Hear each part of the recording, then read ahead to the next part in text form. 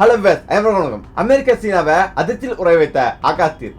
இந்தியாவின் அதிநவீன வான் பாதுகாப்பு கவசமான ஆகாஷ் தீர் அமெரிக்கா, சீனா உள்ளிட்ட நாடுகளை அதிர்ச்சியில் உரை வைத்திருக்கிறது.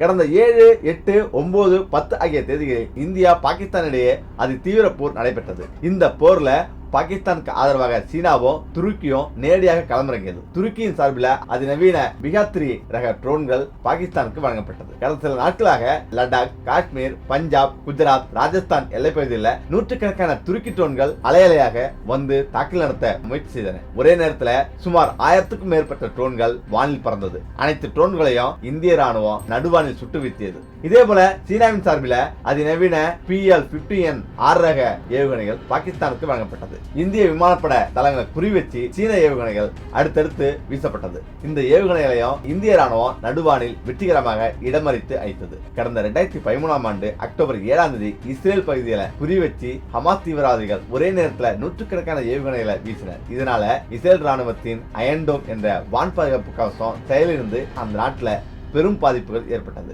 இதே பாணியில பாகிஸ்தான் ராணுவம் இந்தியாவின் மீது ஒரே நேரத்தில் நூற்றுக்கணக்கான ட்ரோன்கள், ஏராளமான ஏவுகணைகளை ஏவி தாக்குதல் நடத்தியது. ஆனால் இந்தியாவின் ஆகாஷ் தீர் என்ற வான் பாதுகாப்பு கவசம் அனைத்து ட்ரோன்கள், ஏவுகணைகளையும் நடுவானிலே தோசம் செய்து அழித்தது. இது அமெரிக்கா, சீனா, ரஷ்யா, துருக்கி உள்ளிட்ட நாடுகளை அதிர்ச்சியில் உரை வைத்திருக்கிறது. மத்திய அரசின் பாதுகாப்பு ஆராய்ச்சி வளர்ச்சி அமைப்பு DRDO மற்றும் பொதுத்துறை நிறுவனமான பாரத் எலக்ட்ரானிக்ஸ் லிமிடெட் இணைந்து செயற்கை நுண்ணறிவு தொழில்நுட்ப ஆகாஷ் தீர் வான் பாதுகாப்பு கவசத்தை உருவாக்கியுள்ளது. ரேடார்கள், செயற்கைக்கோள்கள் அளிக்கும் தகவல்களின் அடிப்படையில் இந்திய வானிலைக்குள்ள அத்துமீறி நுழையும் போர் விமானங்கள், ட்ரோன்கள், ஏவுகணைகளை ஆகாஷ் தீர் வான் பாதுகாப்பு கவசம் கண்டறிகிறது. அடுத்த சில நொடிகள்ல ஆகாஷ் தீரின் உத்தரவின்படி S-400, பராக் 8, ஆகாஷ் உள்ளிட்ட ஏவுகணைகள் சீறி பாய்ந்து எதிரிகளின் ட்ரோன்கள், ஏவுகணைகள், போர் விமானங்களை துல்லியமாக தாக்கியிருக்கிறது. கடந்த சில நாட்களில் நடைபெற்ற போரின் போது பாகிஸ்தானின் ட்ரோன்களை ஆகாஷ் ஏவுகணையிலும், அந்த நாட்டின் போர் விமானங்கள், ஏவுகணைகளை S-400, பராக் 8 ரக ஏவுகணைகளும் நடுவானில் இடைமறித்து அளித்தது. இந்தியாவின் ஆகாஷ் தீர் வான் பாதுகாப்பு கவசத்துக்கு இணையான தொழில்நுட்பம் அமெரிக்கா, சீனா, ரஷ்யா உள்ளிட்ட நாடுகளிடம் கூட இல்ல. இது அந்த நாடுகளை மிரள வச்சிருக்கிறது. சீனாவின் அதிநவீன EQ-9 என்ற வான் பாதுகாப்பு கவசத்தை பாகிஸ்தான் பயன்படுத்தி வருகிறது. ஆனா இந்த பாதுகாப்பு கவசத்தால இந்திய ட்ரோன்கள், ஏவுகணைகளை கண்டறிய முடியவில்லை, இடைமறித்து அழிக்கவும் முடியவில்லை. பாகிஸ்தானின் 9 தீவிரவாத முகாம்கள் மற்றும் 9 விமானப்பட தளங்களை இந்திய ஏவுகணைகள், ட்ரோன்கள் மிக துல்லியமாக தாக்கி அழித்தது. பாகிஸ்தான் தலைநகர் இஸ்லாமாபாத், ராணுவ தலைமையகம் ராவல்பிண்டியில இந்திய ட்ரோன்கள் சுதந்திரமாக சுற்றி திரிந்தது. இதற்கும் இந்தியாவின் ஆகாஷ் தீர் வான் பாதுகாப்பு கவசம் தான் காரணம். இது 100% உள்நாட்டு தொழில்நுட்பத்தில் தயாரிக்கப்பட்டது. தற்போது ஆகாஷ் தீர்க்கு இணையான தொழில்நுட்பத்தை உருவாக்க அமெரிக்கா, சீனா உள்ளிட்ட நாடுகள் தீவிரம் காட்டி வருவதாக தகவல் வெளிவருகிறது. சீன நிறுவன பங்குகள் சரிவு. சீனாவின் J-10C, JF-17 ரக போர் விமானங்களை பாகிஸ்தான் விமானப்பட பயன்படுத்தி வருகிறது. இரு ரக போர் விமானங்களும் இந்தியாவின் மீது தாக்குதல் நடத்த முயற்சி செய்தது. இந்திய விமானப்படையின் ராஃபேல் மிக் ரக போர் விமானங்களையும் S-400 ஏவுகணைகளையும் சீன போர் விமானங்கள் சுட்டி வீழ்த்தியதாக வதந்திகள் பரப்பப்பட்டு வந்தது. பிரதமர் மோடி நேற்று முன்தினம் நாட்டு மக்களுக்கு உரையாற்றினார். அவரது உரையின் மூலம் இந்தியாவுக்கு பெரிய பாதிப்புகள் இல்லை, இந்திய ராணுவத்தை சமாளிக்க முடியாமல் பாகிஸ்தானே சண்டை நிறுத்தத்துக்கு முன் வந்தது என்பது தெரிய வந்தது. இதைத் தொடர்ந்து பிரதமர் மோடி நேற்று பஞ்சாபின் ஆதம்பூர் விமான நிலையத்துக்கு சென்று வீரர்களுடன் கலந்துரையாடினார். அப்போது S-400 ஏவுகணை அமைப்பு மிக் ரக போர் விமானங்களுக்கு மத்தியில அவர் உரையாற்றினார். இதன் மூலம் ஆதம்பூர் விமானப்பட தளத்துக்கோ S-400 ஏவுகணைகள், மிக் ரக போர் விமானங்களுக்கோ எந்த பாதிப்பும் ஏற்படவில்லை என்பது உறுதி செய்யப்பட்டது. பாகிஸ்தான் விமானப்பட தலைமையகமான நூர்கான் தளம் உட்பட 11 விமானப்பட தளங்கள் கடுமையாக சேதமடைந்துள்ளது. அது ஒரு வாரம் முதல் ஒரு மாதம் வரை மூடப்பட்டிருக்கும் என்பது சர்வதேச ஊடகங்களில் செய்தி வெளியாகியுள்ளது. இதைத் தொடர்ந்து சீனாவின் J-10C, JF-17 ரக போர் விமானங்கள் தயாரிக்கும் அவிக் செங்டு நிறுவனத்தின் பங்குகள் நேற்று 9.31% சரிந்தது. இது குறித்து அமெரிக்க ராணுவ முன்னாள் மூத்த தளபதியும் நவீன போர்க்கழகம் என்ற ராணுவ கல்வி நிறுவனங்களின் தலைவருமான ஜான் ஸ்பென்சர் கூறும்போது, இந்தியாவின் உள்நாட்டு ஆயுதங்கள், ராணுவ தொழில்நுட்பங்கள் மிகப்பெரிய வெற்றியை பெற்றுள்ளது. ஆனால் சீனாவின் உள்நாட்டு ஆயுதங்கள் தோல்வி அடைந்துள்ளது என தெரிவித்தார். முக்கியமாக இந்தியாவின் ட்ரோன் ஏவுகணை தாக்குதல் பாகிஸ்தானுக்கு உறக்கமில்லா இரவுகளை ஏவுகளை கொடுத்தது மோடி பேச்சு. நம்ம ராணுவத்தின் ட்ரோன் தாக்குதல்கள் பாகிஸ்தானுக்கு உறக்கமில்லா இரவுகளை கொடுத்தன என்று பிரதமர் மோடி தெரிவித்துள்ளார். ஆதம்பூர் விமானப்பட தளத்தில் ராணுவத்தினரை சந்தித்து அவர் உரையாற்றினார். இந்தியாவின் ட்ரோன் மற்றும் ஏவுகணை தாக்குதல்கள் அனைத்து பாகிஸ்தானுக்கும் உறக்கமில்லாத இரவுகளை கொடுத்துள்ளன என்று பிரதமர் நரேந்திர மோடி குறிப்பிட்டார். மேலும் இந்தியாவின் ட்ரோன்கள் மற்றும் ஏவுகணைகள் பயங்கரவாத இலக்குகளை தாக்கும் போது எதிரிகள் பாரத மாதாக்கு ஜெய் என்ற கோஷத்தை கேட்கிறார்கள் என்று குறிப்பிட்டார். மேலும் வீரர்களின் தேர்தலுக்கு மரியாதை செலுத்தவே தான் இங்கு வந்திருப்பதாக கூறினார். பாரத மாதாக்கு ஜெய் என்பது வெறும் கோஷமல்ல என்றும் இந்திய ராணுவம் நாட்டிற்காக தங்கள் உயிரை அர்ப்பணிக்க உறுதி பூண்டுள்ளதாகவும் அவர் தெரிவித்தார். பயங்கரவாதிகளை அவர்களின் முகாம்களிலே இந்தியா கொன்றுவிடும் என்றும் உயிர் பிழைக்க அவர்களுக்கு எந்த வாய்ப்பு கொடுக்கப்படாது என்றும் திட்டவட்டமாக மோடி தெரிவித்தார். பயங்கரவாத இலக்குகளை இந்தியா தாக்கிய போது எதிரி தரப்பு அதிர்ச்சி அடைந்ததாகவும் அவர் குறிப்பிட்டார். இது மட்டுமின்றி இந்தியாவின் ட்ரோன்கள் மற்றும் ஏவுகணைகள் பாகிஸ்தானுக்கு உறக்கமில்லாத இரவுகளை கொடுத்ததாகவும் விமானப்படை தனது இலக்கை அடைந்துவிட்டதாகவும் மோடி கூறினார். பாகிஸ்தான் ராணுவம், கடற்படை, ட்ரோன்கள் மற்றும் ஏவுகணைகள் அனைத்தும் இந்திய ராணுவத்தின் முன் தோல்வியடைந்து விட்டதாக பிரதமர் நரேந்திர மோடி தெரிவித்தார். நமது ராணுவம், கடற்படை மற்றும் விமானப்படை ஆகியவை பாகிஸ்தானை மண்ணக்கவர் செய்து விட்டதாகவும் அவர் குறிப்பிட்டார். பிரதமர் நரேந்திர மோடி இன்று தனது 3 அம்ச கொள்கையை மீண்டும் வலியுறுத்தினார். இதை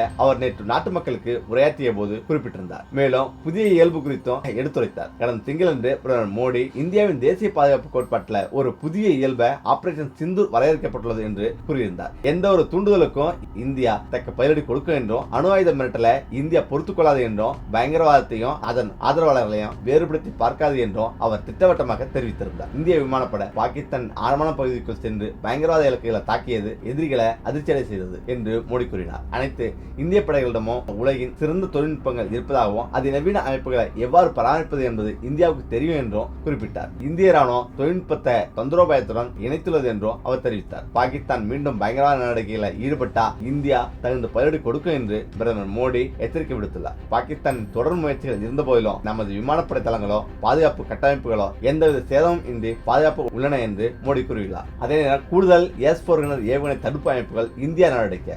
சீனா மற்றும் பாகிஸ்தான் எல்லைப்பகுதியில் வான் பாதுகாப்பை வலுப்படுத்த ரஷ்யாவிடமிருந்து கூடுதல் S-400 ஏவுகணை தடுப்பு அமைப்புகளை வாங்குவதற்கான பேச்சுவார்த்தையை இந்தியா தொடங்கியது. ரஷ்யா வடிவமைத்துள்ள S-400 அதிநவீன வான் பாதுகாப்பு கவச வாகனம் இந்தியாவின் சுதர்சன சக்கரம் என்று அழைக்கப்படுகிறது. இந்த வாகனம் 600 கிலோமீட்டர் தொலைவில் இருந்து வரும் ஏவுகணைகளையும் கண்காணிக்கும். அதே போல 400 கிலோமீட்டர் தொலைவில் உள்ள இலக்குகளையும் இடைமறித்து அழிக்க முடியும். சிந்தூர் நடவடிக்கையின் போது S-400 வான் பாதுகாப்பு ஏவுகணை அமைப்பை வெற்றிகரமாக பயன்படுத்தியதை தொடர்ந்து தளத்தின் கூடுதல் பிரிவுகளுக்காக கோரிக்கையோடு இந்தியா ரஷ்யாவை முறையாக அணுகியது. உயர் பாதுகாப்பு வட்டாரங்கள் தெரிவித்துள்ளதாவது மேற்கு எல்லையை தாண்டி வான்வழி அச்சுறுத்தல்களை எதிர்கொள்வதில் இந்த அமைப்புகள் அதிக துல்லியம் மற்றும் செயல்திறனை காட்டியுள்ளது. இந்த செயற்கைத்திறனால மிகுந்த பயணம் பெற்ற இந்தியா ரஷ்யாவிடமிருந்து மேலும் விநியோகங்களை நாடுவதன் மூலம் அதன் வான் பாதுகாப்பு திறன்களை விரிவுபடுத்த விரும்புகிறது. ரஷ்யா விரைவிலேயே இந்த கோரிக்கையை அங்கீகரிக்க வாய்ப்புள்ளது. இது நிறைவேற்றப்பட்டால் இந்தியாவின் வான் பாதுகாப்பு திறன் மேலும் வலுப்படுத்தப்படும். அதே நேரம் இந்தியாவுடன் நடந்த மோதல்ல 11 ராணுவ வீரர்கள் கொல்லப்பட்டனர் உறுதிப்படுத்திய பாகிஸ்தான். இந்திய ராணுவத்தின் ஆபரேஷன் சிந்தூர் நடவடிக்கை தொடர்ந்து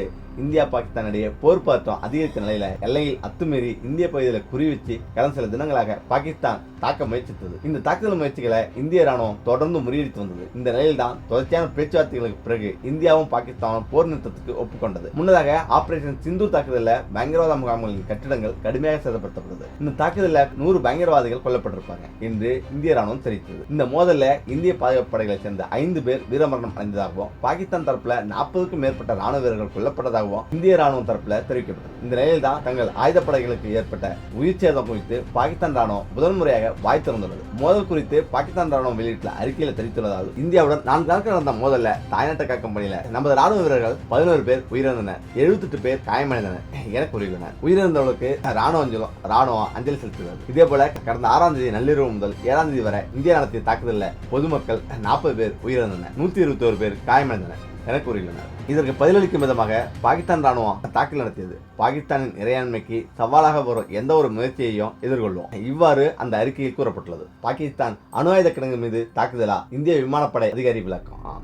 பாகிஸ்தான் மீதான தாக்குதலின் போது அந்த நாட்டு அணு ஆயுத கிடங்க இந்திய ஆயுதப்படைகள் குறிவைக்கவில்லை என விமானப்படை அதிகாரி AK பாரதி கூறினார். பகல்காம் தீவிரவாத தாக்குதலுக்கு பதிலடியாக பாகிஸ்தான் மற்றும் ஆக்கிரமிப்பு காஷ்மீரில் உள்ள தீவிரவாத முகாம்களை குறிவச்சு ஆபரேஷன் சிந்தூர் என்ற பெயரில் இந்தியாவின் முப்படைகளும் கடந்த மே 7ஆம் தேதி தாக்குதல் நடத்தின. பாகிஸ்தான்ல 4 இடங்களிலும் ஆக்கிரமிப்பு காஷ்மீர்ல 5 இடங்களிலும் இந்த தாக்குதல் நடத்தப்பட்டது. இந்த தாக்குதல் 25 நிமிடங்கள் நீடித்தது. இதுல லஷ்கர்-இ-தொய்பா, ஜெய்ஷ்-இ முகமது, ஹிஸ்புல் முஜாஹிதீன் ஆகிய அமைப்புகளைச் சேர்ந்த 100க்கும் மேற்பட்ட தீவிரவாதிகள் கொல்லப்பட்டதாக பாதுகாப்பு அமைச்சர் ராஜ்நாத் சிங் கூறினார். இதையடுத்து ஜம்மு காஷ்மீர், பஞ்சாப், ராஜஸ்தான் மற்றும் குஜராத்தில் உள்ள ராணுவ நிலையங்களை குறிவச்சு ட்ரோன்கள் மற்றும் ஏவுகணைகளை பயன்படுத்தி பாகிஸ்தான் படைகள் 3 முறை தாக்குதல் நடத்த முயன்றன. இந்த தாக்குதல் முயற்சியை இந்தியா வெற்றிகரமாக முறியடித்தது. இந்த நிலையில் தான் ஆபரேஷன் சிந்தூர் மற்றும் பாகிஸ்தான் தாக்குதல் முறியடிப்பு குறித்து முப்படைகளின் உயரதிகாரிகள் நேற்று டெல்லியில செய்தியாளர்களுக்கு விளக்கமளித்தனர். அப்போது கடற்படை இயக்குனர் வைஸ் அட்மிரல் ஏஎன் பிரமோத் கூறுகையில், பாகிஸ்தான் தாக்குதல் முயற்சியின் போது எதிரி விமானம் எதுவும் இந்திய எல்லைக்குள் நுழைய அனுமதிக்கப்படவில்லை. பாகிஸ்தான் எல்லைக்குள்ள வைத்து